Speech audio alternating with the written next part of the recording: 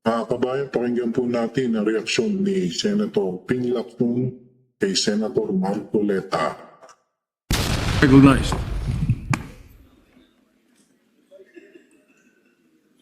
Thank you, Mr. President. Mr. President, distinguished Majority Leader, thank you for allowing me to have the floor on a matter of personal and collective privilege. Much as I would like to abide by the elders, what my elders had taught me, that, and I quote, silence is the best response to nonsense. I'm constrained to take the floor to set the record straight and correct the prevarications spewed on this very floor by one of our colleagues, namely Senator Rodante Marcoleta. While in his two recent privilege speeches, he mostly referred to this representation as the BRC chairman, in my manifestation today, I will refer to him by his name. Like on many past occasions, I could have effortlessly dismissed Senator Marcoleta's statements as I refuse to dignify his ego-driven provocations. But when the attacks shift from professional to obsessively personal, I must shut the whole political circus down, firmly, completely, and without ambiguity. Dahil gusto din lamang ni Senator Marcoleta na lagi siyang bida bilang dating chairman man ng BRC o sa usaping West Philippine Sea o anumang issue involving China o dili kaya ay sa usaping restitution na mag-asawang Diskaya, siya na nga ang tunay na bida sa aking magiging pahayag sa mga sandaling ito ngayong hapon. Memory is short, Mr. President. With that said, and with your indulgence, let me refresh our memory on the historical background of the animosities, or shall I say, why the gentleman from Tarlac and Pampanga, Senator Rodante Marcoleta, has become so obsessed with tagging and bad-mouthing this representation, as he has become obsessed with defending China in many fora, like in the confirmation hearing of 35 senior officers of the Armed Forces of the Philippines, but especially when he interpellated our distinguished colleague from the majority bloc, Senator Francis Kiko Pangilinan, when he sponsored and defended Senate Resolution number 37 last February 2. So obsessed that he had to resort to rigorous stalking of all my interviews and social media updates, nitpicking from every statement I uttered, and tricking this august chamber to cry foul, armed with nothing but his draining litany.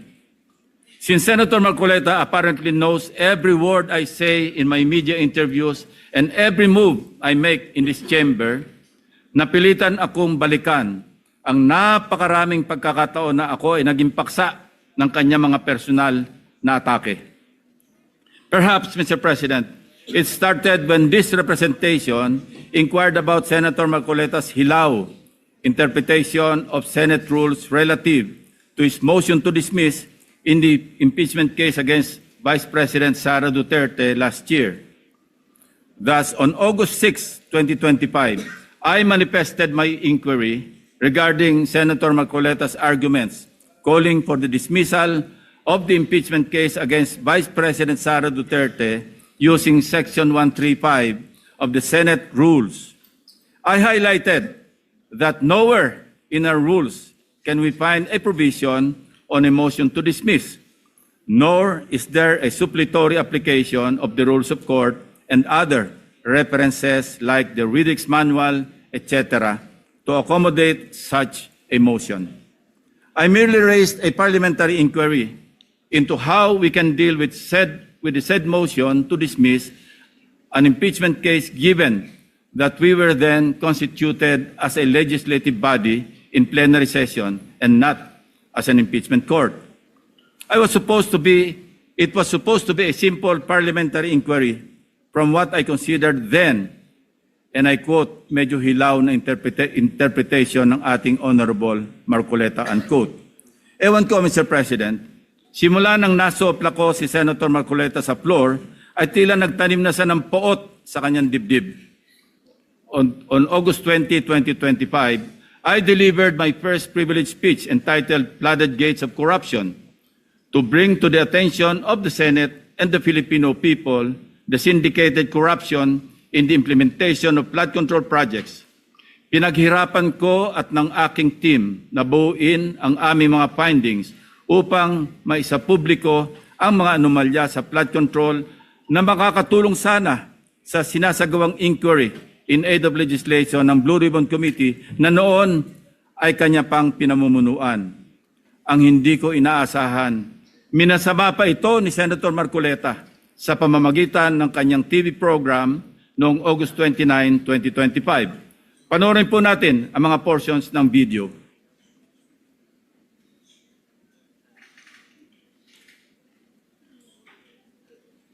Ngayon, isang major committee yung Blue Ribbon, bawal na yung gagawa ka pa ng sarili mong pagpapahayag. Lalong-lalo na kung doon sa pagpapahayag mo, parang uulitin mo yung mga bagay na dapat sana doon na ihayag doon sa naunang pagtalakay. Para may sarili kang expose, may sarili kang version. Oo, isang major committee, hindi dapat na ginawa pa yun. Kumbaga, kalabisan na yun. Sa tuntunin kasi, bawal na yun. Lalo na kung doon sa pagpapahayag mo, ay parang uulitin mo yung mga bagay na dapat sana ay doon na ihayag sa naunang pagtalakay. Hindi dapat ginawa pa yun. Kumbaga, kalabisan na yun. Sa tuntunin kasi, bawal na yun. Yan ang sinasabi ng isang taong nakasalamin sa hating gabi. Na yung nag-epal siguro, yun ang pasikat, di ba? Yan ang sinabi niya, Mr. President. Mr. President, tulad ng kanyang motion to dismiss, nag-imbento na naman ng hilaw na rule si Senator Marcoleta. Kahit pagbali-baliktarin natin ang rules of the Senate, walang nagbabawal sa kahit sinong senador na magpahayag sa pamamagitan ng privilege speech kahit tinatalakay na sa komite ang paksa tulad ng flood control. May natapakan po ba akong ego sa aking privilege speech na naglahad sa kauna-unahang pagkakataon ng mga konkretong ghost at substandard flood control projects? May nasagasaan po ba akong pride sa pagpapangalan sa mga sangkot sa anomalya na sina Bryce Hernandez, Henry Alcantara at iba pang personalidad sa kauna-unahang pagkakataon? If yes, I refuse to apologize and feed on Senator Marcoleta's ego and pride. On September 9 last year, after the leadership change and subsequent reorganization of Senate committees, including the Blue Ribbon Committee with me as its chairman, hindi na lalo nakamove on si Senator Marcoleta. I was met with a barrage of undue criticisms by the former chairman, Senator Marcoleta. Much of it characterized by a profound lack of respect for both this representation and the Blue Ribbon Committee. During the 23 September 2025 public hearing of the Blue Ribbon Committee, Senator Marcoleta disrupted the proceedings when he raised what he called a prejudicial question on my impartiality as the chairman, following a media interview where I simply answered a question about which among the source persons, in my opinion, between his favorite Diskaya couple and Bryce Hernandez of the famed BGC Boys appeared more credible. Siguro, nakakalimutan na ni Senator Marcoleta ang cases assigned for reading nung nasa law school pa siya. The Supreme Court in the case of Berbari versus Honorable Pedro Concepcion, GR number 16189, February 26, 1920, the court explained that, and I quote, prejudicial question is understood in law to be that which must precede the criminal action, that which requires a decision before a final judgment is rendered in the principal action with which said question is closely connected. Not all previous questions are prejudicial, although all prejudicial questions are necessarily previous. Hindi ko na nga siya pinatulan sa issue na yon para hindi ma-disrupt ang pagdinig kahit mali-mali dahil sa pagsasaalang-alang sa kanya bilang isang abogado na dapat ay alam niyang applicable lamang ang prejudicial question sa mga criminal cases. Well, dapat. He exposed his ignorance as a member of the bar, particularly on the revised rules on criminal procedure, even as he invoked the issue of impartiality at the top of his voice and out of order and decorum, continuously interrupting the chairman and everybody else, while shamelessly appearing to act as counsel for the Diskaya couple, without even disclosing before the committee members that one of his family members was an independent director of insurance companies that provided bonds for contractors owned by the 207 billion peso flood control contractors, Curly and Sara Diskaya. Being a non-lawyer, Mr. President, I hate lecturing a lawyer, no matter how low he ranks among his fellow members of the bar, if I may borrow the words of former senior Associate Justice, Supreme Court Associate Justice Antonio Carpio. Since he is now asking for it, I also thought, as lawmakers, we may as well be educated in this regard. So let me state for the record the following. Under Rule 111, Prosecution of Civil Action, Section 7 of the Revised Rules on Criminal Procedure, the elements of a prejudicial question are A, the previously instituted civil action involved an issue similar or intimately related to the issue raised in the subsequent criminal action, and B, the resolution of such issue determines whether or not the criminal action may proceed. Kung may napansin ang mga manonood, ito ang naging asal ni Senator Marcoleta, which begged the question, why is Senator Marcoleta so protective of the Diskayas? This inquiry remains valid and grounded, and I can show you from the many, many occasions he stood for in support of the Diskayas. Let us watch.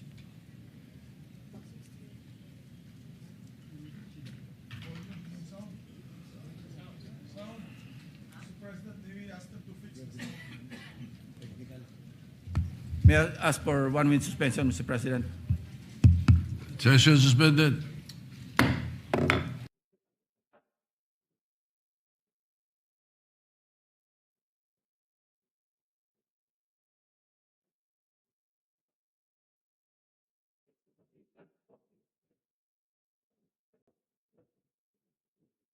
Continue.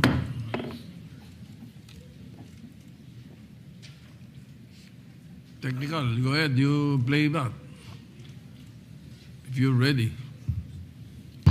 I'm raising prejudicial question. Ang mangyayari nito, so, mas credible si Bryce kaysa Diskaya. Bakit gano'n? Why are you so protective of this guy? Why are you so protective? Nagmamadali daw po ako na mabigyan sila ng witness protection program. Yun po yung sinasabi ng batas eh. Pag hiningi nila with their consent, sapagkat nanganganib ang buhay niya, hindi ka magmamadali. Ilalagay ko po ba sa kamay ko ang kaligtasan ng mag-asawa na yun? Kinakailangang magsoli po sila ng mga nakulimbat nila, which to my mind is not correct. Paano mo sasabihin na magre-restitute ang isang tao? Meron na bang findings kung magkano i-restitute on how it can be restituted? Nag-a-apply pa lang eh. What is the reason behind the law? So that we can get justice, and justice can only be attained if there is restitution. So that is the principle behind all of these things that we are talking about now. Mr. Secretary, restitution will come after.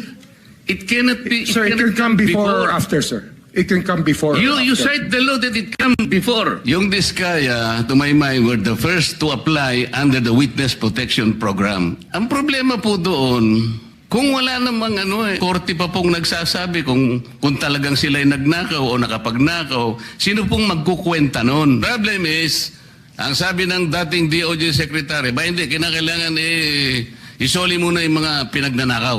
So, paano ngayon siya mapuprocess if that was dangled? So, ang tinatanong ko nga sa inyo, hindi sa sinungaling. Kayo ang nagbigay na ng condition kasi. Did you agree that you restitute any money to the DOJ? Wala po kang maibibigay po. At saka... yun na nga, because wala kang maibigay, hindi kanya ipoprocess under the Witness Protection Program. Is that not correct? So pinipili nyo yung gusto nyo i-process. Ngayon, kung ayaw ninyong bigyan sila ng protection under that law, kaya siguro umayaw na sila sa ICI. Mr. President, it is also coincidental that multiple news outlets revealed a damning link between Senator Marcoleta and the Discayas. In one news story, a relative of Senator Marcoleta was said to hold a directorship at Stronghold Incorporated and Milestone Guarantee insurance companies that provided bonds for contractors owned by the flood control king and queen, Curly and Sara Discaya, at the center of a multi-billion peso flood control corruption scandal, raising conflict of interest questions in a high-profile Senate probe. Hindi pa po dito nagtatapos ang pagbibida ni Senator Marcoleta. Noong September 25, 2025, nagpresenta si Senator Marcoleta ng surprise witness sa katauhan ni Mr. Orly Gutesa. As chairman, I did not raise any objection to members like him introducing surprise witnesses during the proceedings at that time, as long as it can help in unearthing the truth behind the flood control mess, including and most importantly, exposing the masterminds if evidence warrants. Gayunpaman, hindi pa man tapos ang araw, pumalag na sa media ang sinasabing nakapirma sa notary public na si Attorney Pechi Espera. Nakalaunan ay naging kasalanan ko pa din sa paningin ni Senator Marcoleta. Hindi po ang Senado ang nag-iimbestiga at nagbigay ng hatol na forged ang notaryo ni Gutesa. Mismong ang Branch 18 ng Regional Trial Court ng Manila ang nag-imbestiga. Independent yon sa Senado. Sa halip na tanggapin, galit pa sa resulta ng kaso dahil hindi naaayon sa gusto niyang kalalabasan ng imbestigasyon. Asal bida talaga. Ang matindi pa, nanakot pa na magsasampa ng kaso laban sa judge at abogado. Again, style bida. Pa-victim effect pa po masyado na parang bida sa pelikula. Mr. President, ang kwento pa, ako daw ang nagpapahiwatig na tinuturuan o kinocoach niya si Gutesa sa bahaging ito ng pagdinig. Mr. President, sa obserbasyon ng napakaraming nanonood, tila baga tinuturuan niya kung anong pahina. Page 20 nga daw ang basahin. Sa kamalasan niya, nagkataon na putol pala ang kopya ng affidavit ni Gutesa. Kung todo, tinayuan pa niya para ibigay ang kanyang kopya na parang bida sa eksena.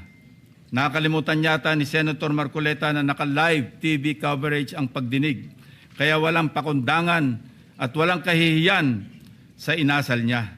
Kaya nga kitang-kita, pati si Henry Alcantara tawang-tawa. Nakalimot din sandali na hindi pa siya state witness nung nag-testify si Gutesa.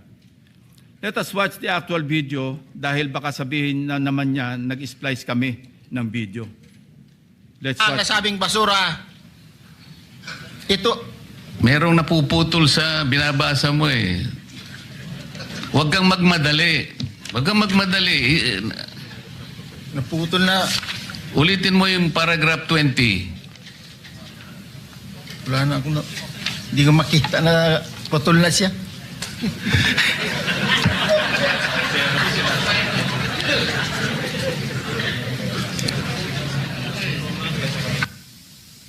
I strongly deny that I made mention of him coaching Gutesa, Mr. President.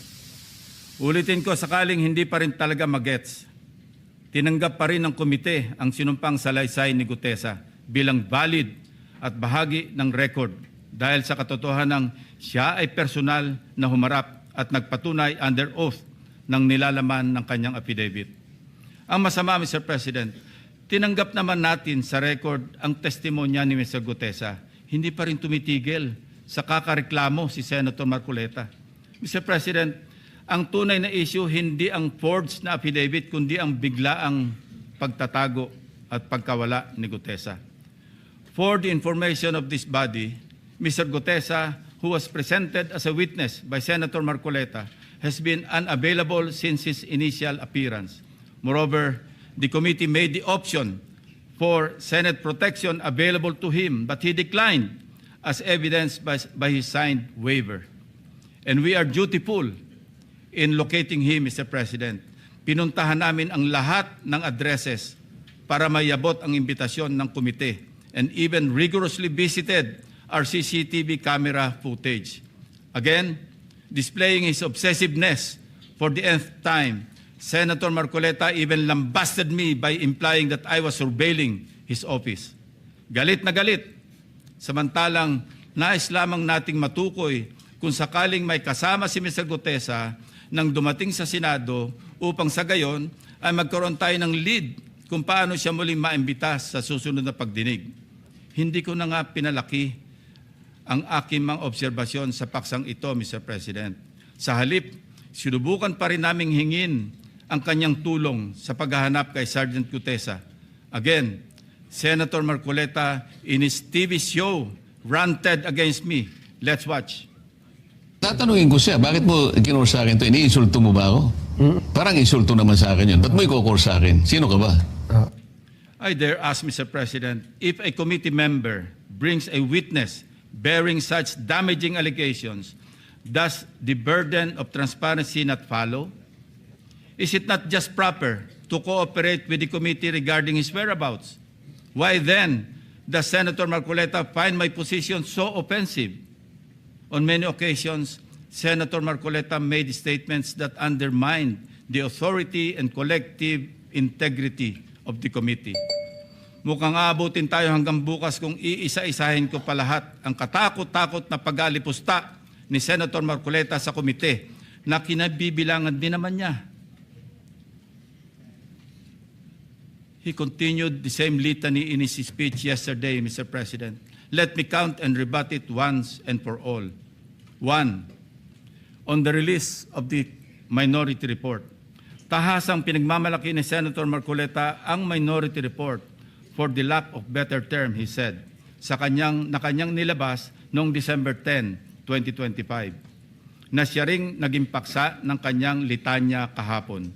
For his information, I wish to underscore a part of Section 22 of the Senate Rules shown on the screen, which states that, and I quote, concurring and dissenting reports may likewise be made by the members who do not sign the majority report within 72 hours from the approval of the report. Napakalinaw naman po, Mr. President. Concurring and dissenting reports may be made 72 hours after the committee report has been approved by the majority vote of all its members. Siya na nga itong gawa ng mga bagay na wala naman sa alituntunin ng Senado. Pagkatapos, ako ang pagbibintangan niya na epal. He even had the audacity to declare, and I quote his speech, a submission anchored on the same hearings, 3 of which he actually presided, the same resource persons, and the same affidavits. Masasabi ba niyang pangbasura lang din ang lahat ng yun? At this point, Senator Marcoleta must know that rhetorical fallacies do not amuse me, Mr. President. If the release of this so-called minority report and its contents did not amount to a direct affront to the chairman and to the committee as a collegial body, then I am not sure what is. May I also emphasize, Mr. President, that this same report brazenly stated that, and I quote, the BRC, Blue Ribbon Committee, cannot and should no longer compete with the National Prosecution Services and eventually the judiciary in finally disposing of these cases, unquote. Clearly implying that the committee must conclude its proceedings. Mr. President, sino ba siya para pangunahan ang chairman at ang mayorya na miyembro ng committee? Wala sa lugar, wala sa hulog. Saganang akin lang din naman, kagulat-gulat po ba ang naging reaksyon ng representasyon na ito na walang lugar ang ulat na yan kundi sa basurahan? Kayo na ang humusga, Mr. President. Number 2, let us go to the BRC draft partial committee report na pinamahagi ng komite noon pang ika-11 ng Pebrero nitong taon. Na sa mismong araw na ito ay 1 buwan na ang nakakalipas. Na siyempre ay laman din ng only reklamo ni Senator Marcoleta. Anya, ang natanggap ng kanyang opisina ay isang PDF file or document na may watermark ng bawat opisina na nakatanggap nito na wala man lang daw pirma ng chairman ng komite. Natural, Walang pirma dahil advance copies lang naman ang pinadala namin sa opisina ng lahat ng members. Common sense naman po, Mr. President, na binigyan ng soft copy ang bawat miyembro upang madaling mabasa at mapag-aralan ng ang lahat ng nilalaman nito simultaneously. Properly informed naman po ang mga staff ng mga senador na available mula sa aming opisina ang pisikal na kopya na lagpas 400 pages ng committee report upang mapirmahan sa hudyat ng mga ginagalang na miyembro ng committee. Ang ating inisyatibo upang pabilisin ang tamang proseso ay talagang masama pa rin sa paningin ni Senator Marcoleta. Tulad ng ginagawa din naman ng ibang miyembro ng komite, panay din ang follow-up namin sa kanyang opisina na kung nais na ba niyang pumirma sa printed copy ng report. Kahit ay dissent remark ay wala siyang ginawa. Bakit ngayon ay maghahanap siya ng Blue Ribbon Committee report na nakatenga sa kanyang opisina nung 1 buwan pa? Incidentally, as of yesterday, only Senator Bam Aquino has affixed his signature on the partial committee report. It goes without saying that I respect each and every member's decision when they will sign the report, if at all. What I despise is Senator Marcoleta's audacity to lie about his inability to sign the same by citing an untruthful reason for not signing, Mr. President. Number 3, pinipilit niya rin na ilabas ko ang listahan ng 67 contractors. He said in his speech, and I quote, in his press release dated August 10, 2025, posted on the Senate website, the BRC chairman disclosed that House members called him and that he had a list of 67 congressmen who are contractors. Yet, he did not summon them to any BRC hearing. Why did he not name them to be fair to the rest of the members of the House of Representatives? Ito po ang tunay na splice, Mr. President. Kung babasahin lang po ni Ginoong Marcoleta ang susunod na sentence, malinaw na malinaw po ito. And I'd like to paraphrase. Lacson clarified that he merely asked a congressman friend from the lower house and that, again I quote, I chuckled and said, I don't have a list. Ulitin ko po, noon at hanggang ngayon, kahit ipagpilitan at isplice ng kung sino, wala akong listahan at wala akong sinasabing may hawak akong listahan ng mga tinuguroang contractors. Wala akong pangalan. Alam mo yung 67 na contractors na naging congressmen or yung congressmen contractors, nakuha ko yan sa isang member ng House noong kasisimula pa lamang ng 19th Congress 2022. Number 4, madiin din po ang pag-question ni Senator Marcoleta sa interparliamentary courtesy. He said, and I quote, this doctrine, Mr. President, which is not even part of our rules, is not absolute. And then he added, if anything, those who occupy the highest offices in the government must be the first to answer, not the last to be asked, unquote. Senator Marcoleta even mentioned, again, and I quote, the members of Congress have no immunity from investigation, subpoena, or public scrutiny, unquote. Mr. President, hypothetically, if the House of Representatives initiates an investigation on Senator Marcoleta's statements of contributions and expenditures, or SOSE, over an alleged discrepancy, would the Honorable Senator stand by his position to disregard interparliamentary courtesy? If his former colleagues were to issue a subpoena, a show cause order, or even a warrant of arrest, would he still argue about the relevance of interparliamentary courtesy? Ito po ang tunay na hypothetical question, Mr. President.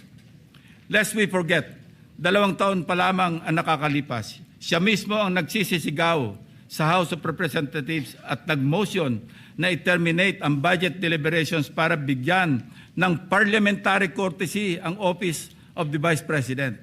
In his words, Mr. President, Parliamentary procedures, Madam Chair, grow from or are enriched by traditions, experiences, and precedents. You may not like the person, you may not like her presence here, but you have to respect the office of the Vice President. That is all. Because that is guided by the tradition. Kahapon po, kagaya po na sinabi nila, wala nang pinagtanong sa office of the President. And that is correct. That is in line with that tradition. Such hypocrisy, such double standard, such a farce that does not dignify an answer, Mr. President. Incidentally, since I mentioned the SOSE case with the COMELEC in violation of the Omnibus Election Code, kung ninanais ko lamang na ipahamak siya, ay naghain na sana po ako ng Senate resolution calling for an inquiry in aid of legislation para ipatawag ang mga COMELEC officials upang ipaliwanag bakit masyadong delayed ang usaping ito. When the issue of Senator Marcoleta's failure to disclose his campaign contributors in his sources surfaced, our dear colleague tried to clarify the matter.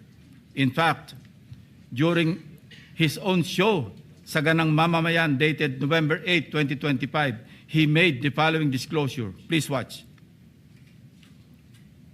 Nelson, alam mo, mga kaibigan ko, nagbigay sa akin talaga. Alam mo, pakiusap lang nila. Isa lang. Tanggapin mo ang tulong namin sa'yo. Okay. Congressman ako noon, Kong, kami po ay naniniwala na karapat dapat kang makarating sa Senado. Tanggapin mo ang halagang to. Marami sila. Isa lang ang kanilang pakiusap sa akin. Ano po yun? Eh sana wag mo na kaming i-disclose ang identity. Ngayon, kapag ka naglagay ako ng figure sa contribution, mapipilitan akong mag-disclose ng pangalan nila. Alam mo kung bakit?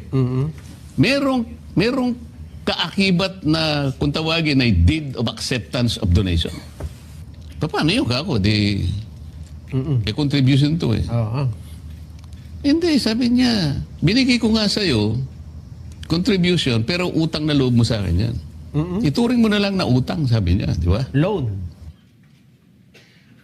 But when he was issued a show cause order by the COMELEC, he tried to backtrack on his arguments by saying that he received those contributions when he was not yet a candidate, as defined by the decision of the Supreme Court.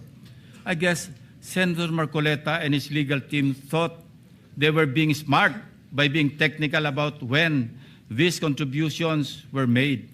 Pero nakakatawa, Mr. President, wala nang mas lilinaw pa sa sariling pag-amin ni Senator Marcoleta. Tumanggap siya ng pera para magkaroon siya ng utang na loob sa mga taong yon. Isang maliwanag na admission against interest, sabi nga ng mga abogado.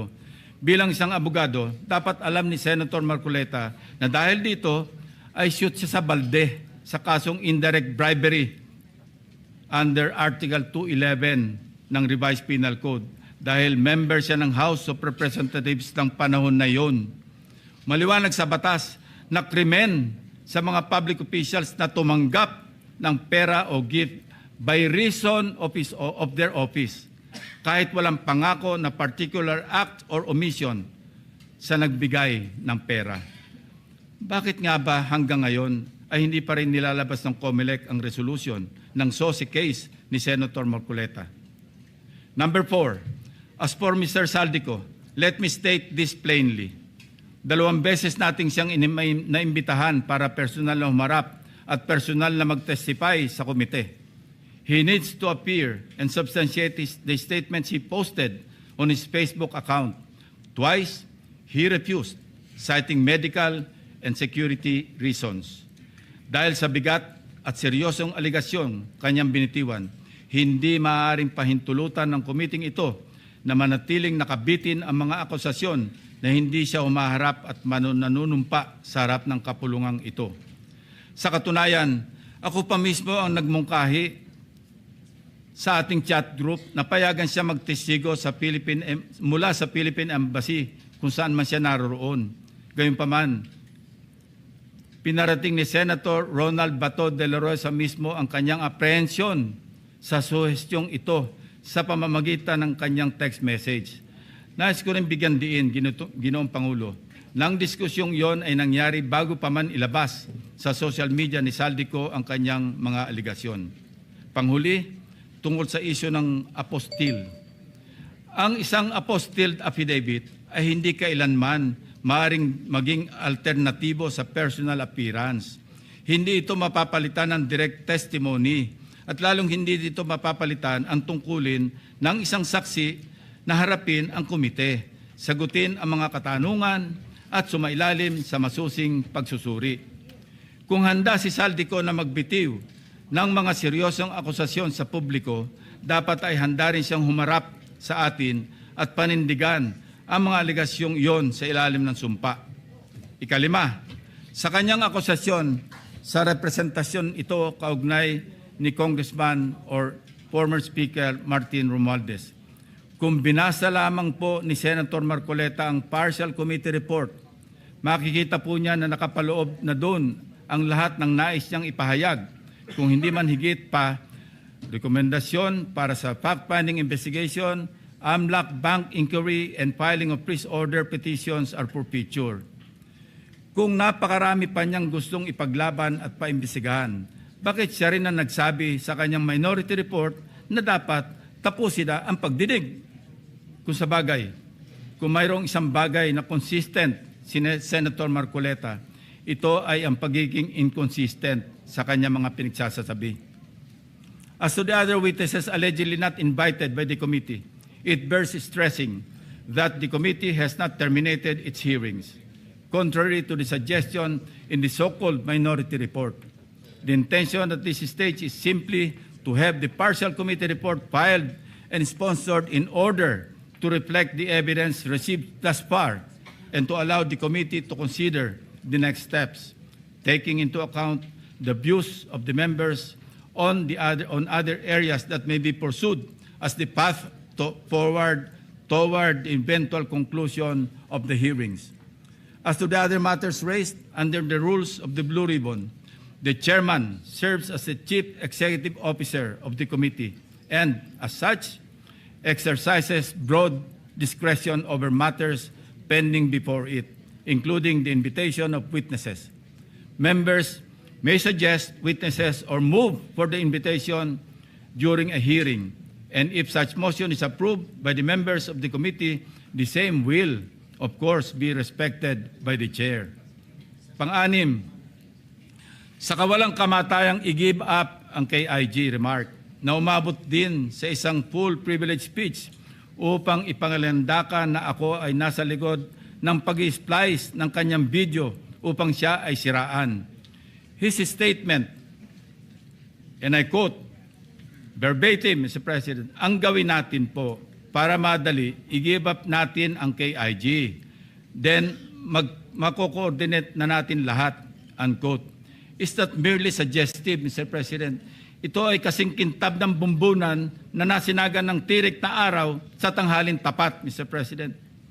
Sapat na ang kanyang hindi matapos-tapos na paliwanag na kesyo hypothetical daw, kesyo joke lang daw, ayon sa kanyang mga pahayag at kalaunan ay gusto pa niya amyendahan o i-correct ang journal ng Committee on National Defense of the Commission on Appointments. Mag-ingat po tayo rito, Mr. President, sa kanyang gusto mangyari. Your Honor, being the chairman of the Commission on Appointments and some of us here as members, we must study diligently the legal implications of Senator Marcoleta's motion now pending before the Commission on Appointments. Anyway, going back to his i-give up natin yung KIG statement na in-splice ko daw, na marin kong pinabubulaanan, ang masasabi ko bilang analogy sa kanyang sitwasyon ay ganito. When one looks the same as when he does before going to bed at night, how can there be splicing? Inversely, Mr. President, when one looks different going to work during daytime from before going to bed at night, that's when splicing becomes evident. Matanong ko lang po, sino ngayon ang magaling mag-splice, Mr. President? Hindi ko kasalanan ng mga salitang nagmula sa sarili niyang bibig. May tawag nga dito ang mga Gen Z, classic case of gaslighting. Number 7, sangkatutak na ang mga pahayag ni Senator Marcoleta na napakalinaw na hindi pumapabor sa ating pambansang interes. Sangkatutak na rin ang mga nagbigay ng kanilang mga negatibong reaksyon. Ngunit sa hulit-huli ako pa rin ang sinisisi ni Senator Marcoleta. He even went far beyond by debunking and undermining the historical facts about Tomas Cloma. Senator Marcoleta said, I was all wrong when I said that this frat list was discovered and consequently occupied and owned by lawyer and businessman Tomas Cloma, citing the principle of terra nullius or res nullius. It was for him a historical distortion. Curiously, Mr. President, these narratives align with those of the Chinese narratives, plucked directly from the People's Republic of China's Ministry of Foreign Affairs official website, Mr. President. Let's show the slides.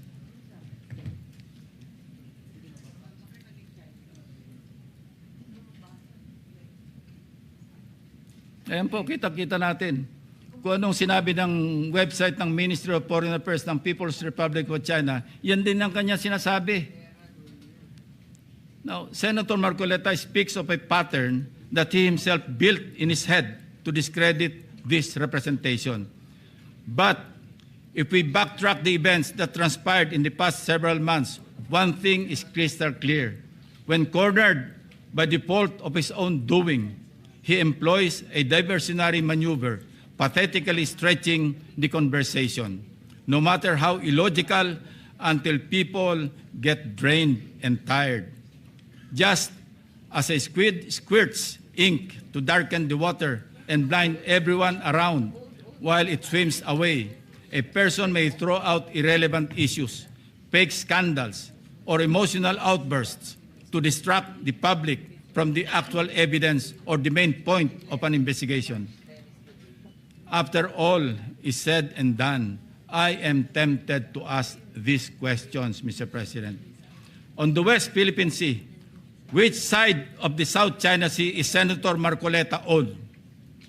On the anomalous graft-ridden flood control projects, is Senator Marcoleta for the Discayas or the people of the Philippines? Mga kabayan, I think we know the tingin answers. niyo ba Mr. President. justified Thank you, distinguished ang colleagues. sagot Thank you, ni Mr. President. Senator Ping Lacson kay Senator Marcoleta? Majority Leader.